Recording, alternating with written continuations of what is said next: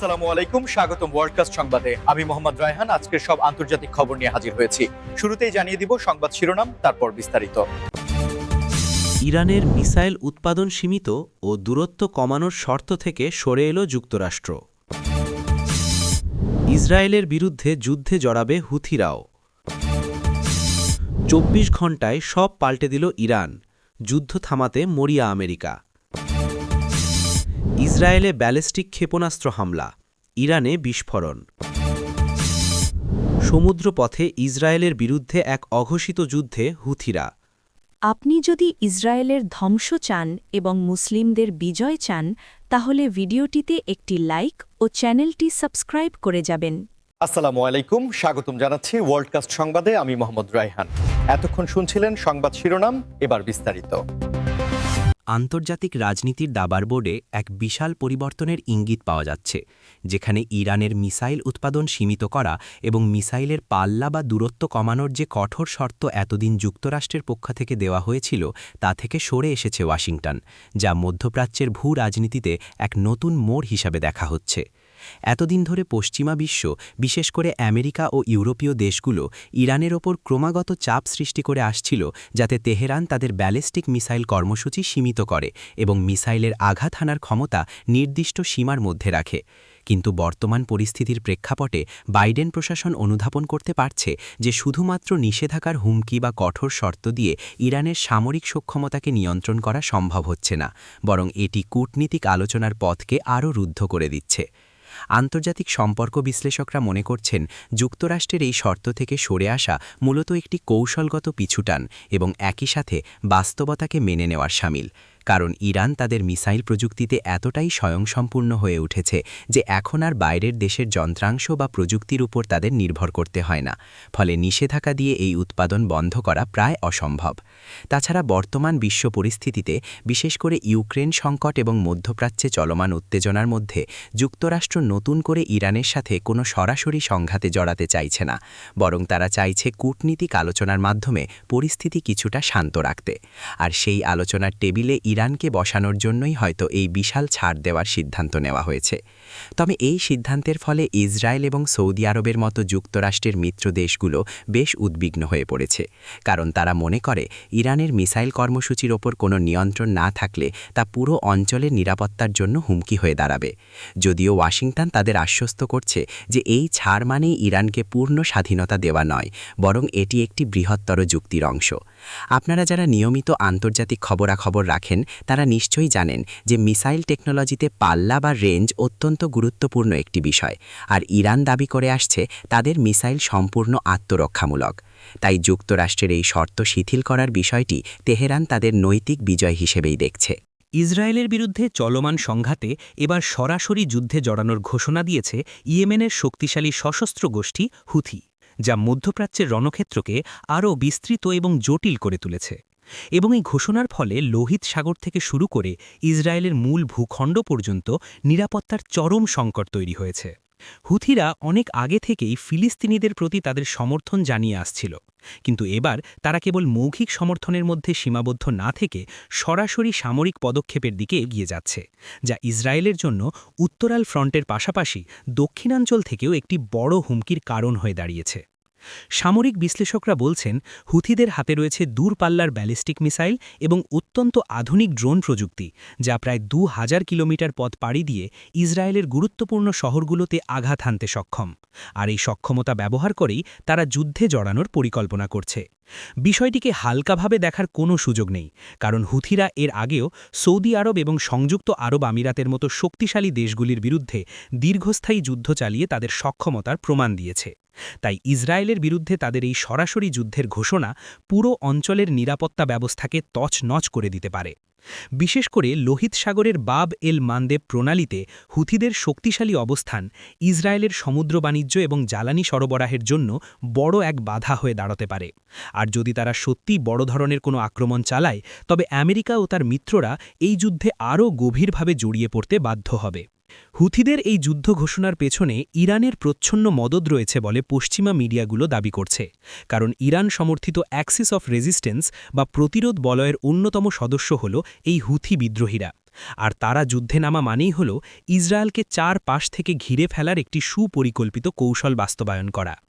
অন্যদিকে ইসরায়েলও বসে নেই, তারা তাদের আকাশ প্রতিরক্ষা ব্যবস্থাকে আরও শক্তিশালী করেছে এবং লোহিত সাগরে তাদের নৌটহল বৃদ্ধি করেছে। তবে হুথিদের মতো একটি গেরিলা কায়দায় যুদ্ধ করা গোষ্ঠীর বিরুদ্ধে প্রথাগত সেনাবাহিনীর লড়াই করাটা সবসময় কঠিন এবং চ্যালেঞ্জিং। গত ২৪ ঘণ্টায় মধ্যপ্রাচ্যের পরিস্থিতির এক নাটকীয় পরিবর্তন ঘটেছে, যেখানে যুদ্ধের দ্বারপ্রান্তে থাকা অবস্থা থেকে সরে আসার জন্য এবং পরিস্থিতি নিয়ন্ত্রণে আনার জন্য আমেরিকা মরিয়া হয়ে কূটনৈতিক তৎপরতা শুরু করেছে। কারণ ওয়াশিংটন খুব ভালোভাবেই বুঝতে পারছে যে এই মুহূর্তে আরেকটি বড় যুদ্ধ শুরু হলে তা সামাল দেওয়া তাদের পক্ষে অসম্ভব হয়ে পড়বে। এই ২৪ ঘণ্টার মধ্যে ইরান এবং তাদের মিত্রগোষ্ঠীগুলো এমন কিছু পদক্ষেপ নিয়েছে বা এমন কিছু বার্তা দিয়েছে যা আমেরিকাকে তাদের কৌশল সম্পূর্ণ পাল্টে ফেলতে বাধ্য করেছে। হতে পারে সেটি কোনো গোপন সামরিক মহড়া কিংবা কোনো আল্টিমেটাম যা সরাসরি যুক্তরাষ্ট্রের স্বার্থে আঘাত হানতে পারে। বাইডেন প্রশাসন তড়িঘড়ি করে তাদের শীর্ষ কূটনৈতিকদের বিভিন্ন দেশে পাঠিয়েছে এবং পর্দার আড়ালে ইরানের সাথে ব্যাক চ্যানেল বা গোপন আলোচনার পথও খুলে দিয়েছে বলে বিভিন্ন আন্তর্জাতিক সংবাদ মাধ্যম দাবি করছে, যার মূল লক্ষ্য হল যে কোনো মূল্যে উত্তেজনা প্রশমন করা। আমেরিকা জানে যে এই মুহূর্তে যদি ইসরায়েল এবং ইরানের মধ্যে সরাসরি যুদ্ধ বেঁধে যায়, তবে তা কেবল এই দুই দেশের মধ্যে সীমাবদ্ধ থাকবে না, বরং রাশিয়া ও চীনও এই সুযোগে মধ্যপ্রাচ্যে তাদের প্রভাব বিস্তার করতে চাইবে, যা আমেরিকার বৈশ্বিক আধিপত্যের জন্য বড় ধাক্কা হবে। তাছাড়া যুক্তরাষ্ট্রের অভ্যন্তরীণ রাজনীতির দিকে তাকালেও দেখা যায় যে সামনে নির্বাচন আসছে, আর এই সময়ে তেলের দাম বৃদ্ধি বা মার্কিন সেনাদের নতুন কোনো যুদ্ধে জড়িয়ে পড়াটা বর্তমান সরকারের জন্য আত্মঘাতী হতে পারে। তাই তারা যুদ্ধ থামানোর জন্য এতটা মরিয়া হয়ে উঠেছে।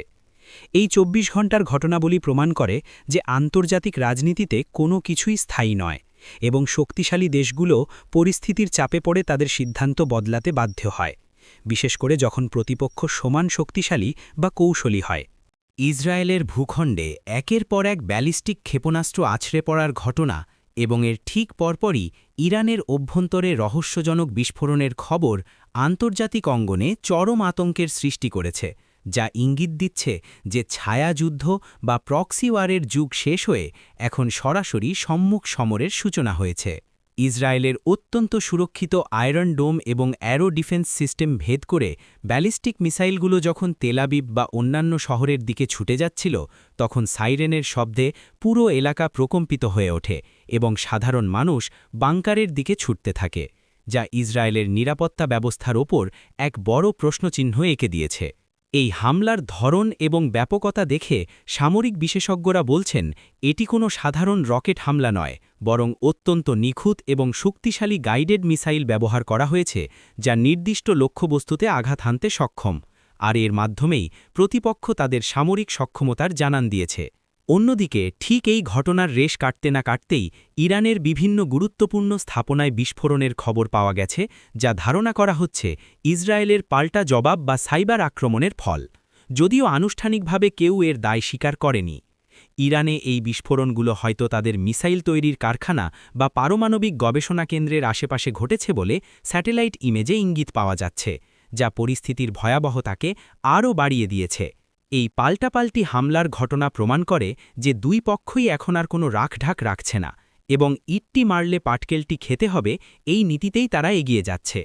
তবে এর ফলে সবচেয়ে বেশি ক্ষতিগ্রস্ত হচ্ছে সাধারণ নাগরিকরা, যারা প্রতিনিয়ত যুদ্ধের ভয়ে দিন কাটাচ্ছে। আন্তর্জাতিক সম্প্রদায় বারবার সংযত হওয়ার আহ্বান জানালেও উত্তেজনার পারদ যেভাবে চড়ছে তাতে মনে হচ্ছে কেউ পিছু হটতে রাজি নয়, আর ব্যালিস্টিক মিসাইল ব্যবহারের ফলে যুদ্ধের মাত্রা এখন এমন এক পর্যায়ে পৌঁছেছে যেখানে সামান্য ভুল বোঝাবুঝি থেকেও পারমাণবিক বিপর্যয়ের মতো ঘটনা ঘটতে পারে।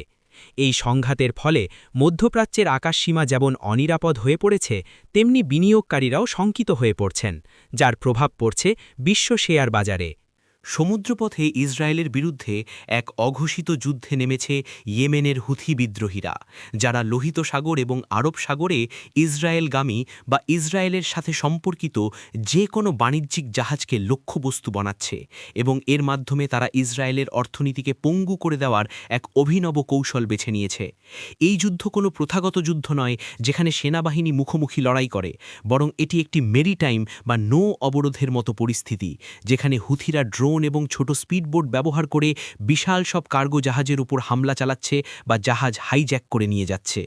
লোহিত সাগরের এই রুটটি বিশ্ব বাণিজ্যের জন্য অত্যন্ত গুরুত্বপূর্ণ, কারণ এশিয়া থেকে ইউরোপে যাওয়ার এটি সংক্ষিপ্ততম পথ।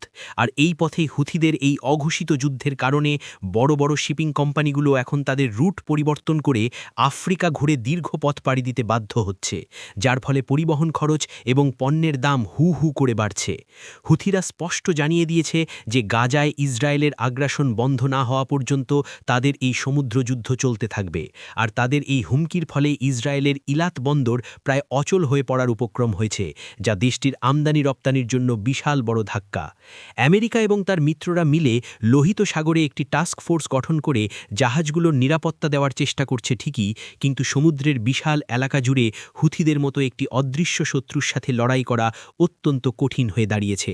বিশ্লেষকরা বলছেন এই অঘোষিত যুদ্ধ আসলে ইসরায়েলের বিরুদ্ধে একটি অর্থনৈতিক শ্বাসরোধ প্রক্রিয়া, কারণ একটি দেশ যতই শক্তিশালী হোক না কেন, তার বাণিজ্যের পথ যদি বন্ধ হয়ে যায় তবে দীর্ঘমেয়াদে টিকে থাকা কঠিন।